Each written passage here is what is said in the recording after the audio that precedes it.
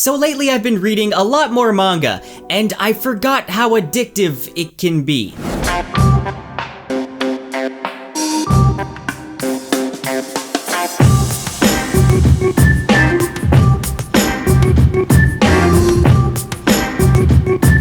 It always surprises me how diverse of a medium manga is. It comes in every genre you can think of. There's a little something for everyone. Now, I stopped reading manga for a long time because it's just kind of expensive, but then I just discovered that I could just be reading it online, and it's a lot cheaper.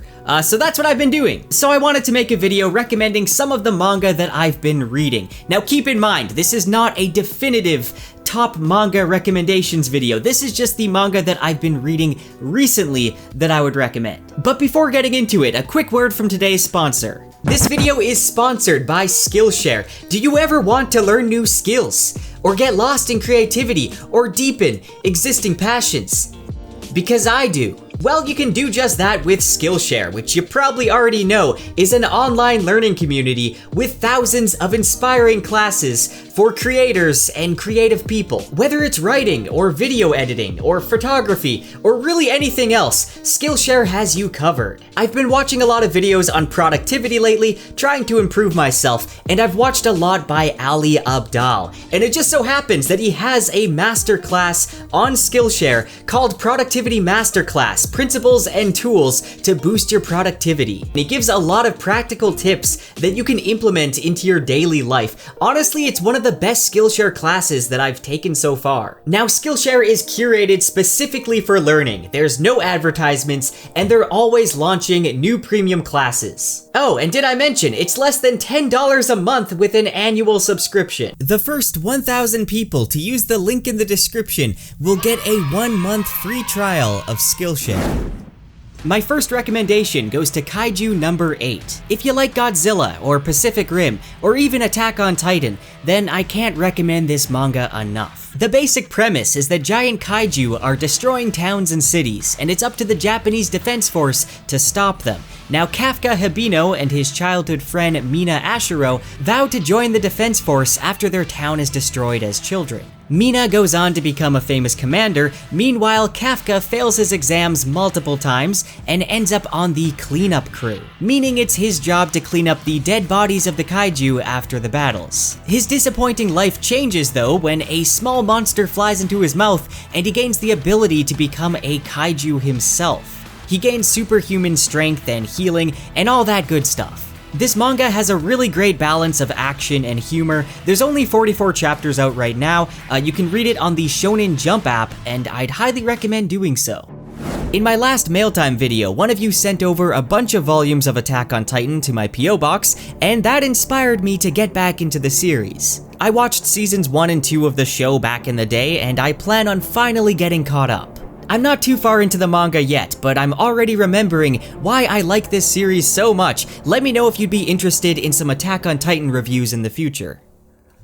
I would say that hands down, One Piece is my favorite manga on this list. It is a must-read. I'm sure you've heard of it. It's only got 1,026 chapters. One Piece is about a young boy named Luffy who eats the mystical Gum Gum fruit, which gives him the power to stretch, bounce, and inflate his body like rubber. The story is Luffy's quest to find the One Piece hidden by Gold Roger and become king of the pirates. Now, a lot of people assume that One Piece is overly lighthearted and kind of childlike, but what starts off as a lighthearted and simple adventure soon becomes a deep and epic fantasy series that's truly a classic. One Piece first debuted in 1997, and it's been among the best sellers ever since it first came out. Now, I read some One Piece way back in middle school, but it's been so long I forgot a lot about it, so now that I've been reading it again, I'm just blown away with how good it is. I'm gonna be reviewing One Piece on my channel pretty soon here. I'm gonna be reviewing individual story arcs, and then I'll have an ultimate review of each saga. Let me know in the comments if you're a fan of the masterpiece that is One Piece. Now for a drastic change in tone, Berserk. I have been holding off reading Berserk, but you guys convinced me to do it. This is the series I'm probably recommended the most besides One Piece. Now, I'm only around 3 volumes into it so far, so I'm not that far, but it is very dark, and I don't mind some fantasy that's dark. Joe Abercrombie's First Law series is one of my favorites, but I'm just hoping that I'm gonna end up liking Guts more than I do, because as of right now, I don't see many redeeming qualities. However, I'm sure that's gonna change because I've heard that he's got one of the best origin stories. So far, I am enjoying it. It's probably just gonna take a while to completely grow on me, and I do want to give Berserk its fair chance. So I'll continue to read more.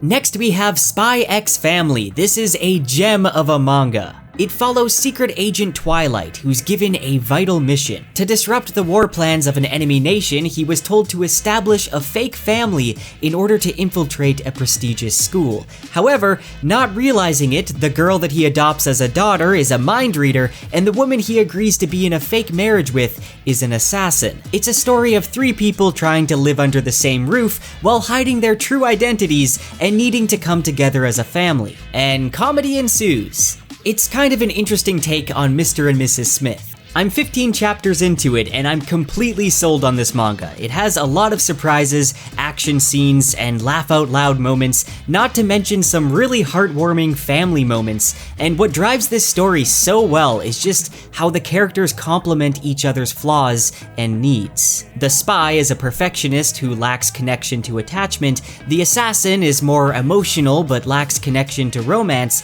and can be awkward around people, and the telepath lacks rationality and a connection with parents. And because of this, they're perfect for each other. It's one of my new favorites. I say drop everything you're doing and read this manga. This one is also available on the Shonen Jump app. I've been a fan of Demon Slayer since the anime came out, and apparently now there's a video game in the works, so I figured it's a good time to start reading the manga. And it's pretty good. If you don't know, the story follows Tanjiro and his sister Nezuko as they seek a cure for Nezuko's demon curse. They become entangled in a secret society known as the Demon Slayer Corps that's been waging a secret war against demons for centuries. It's a pretty well-written shonen manga, especially in terms of articulating the feelings of characters and the message of the current scene. It does take a little while to get going, but once it does, the pacing is pretty consistent and the action is flashy, the training arcs are always fast and are excellently done, the main character has a really good power progression path, which I always enjoy. I do think that I prefer the show over the manga, but I'd say it's still definitely worth trying out. The next manga is Planets, written by the same author as Vinland Saga. This is a sci-fi slice-of-life story taking place in space. It follows a crew of people in the debris section whose purpose it is to prevent the damage of destruction of satellites, space stations, and spacecrafts from colliding with space debris found in the Earth and the Moon's orbits. It reminds you how wondrous and scary space is, and it also touches on finding meaning in your own life, even if it feels small in comparison to everything else. Planets is actually a very beautiful story. It's only 26 chapters, but it's told from multiple points of view, and every character was so well explored that they really grew on me and became some of my favorite characters in manga.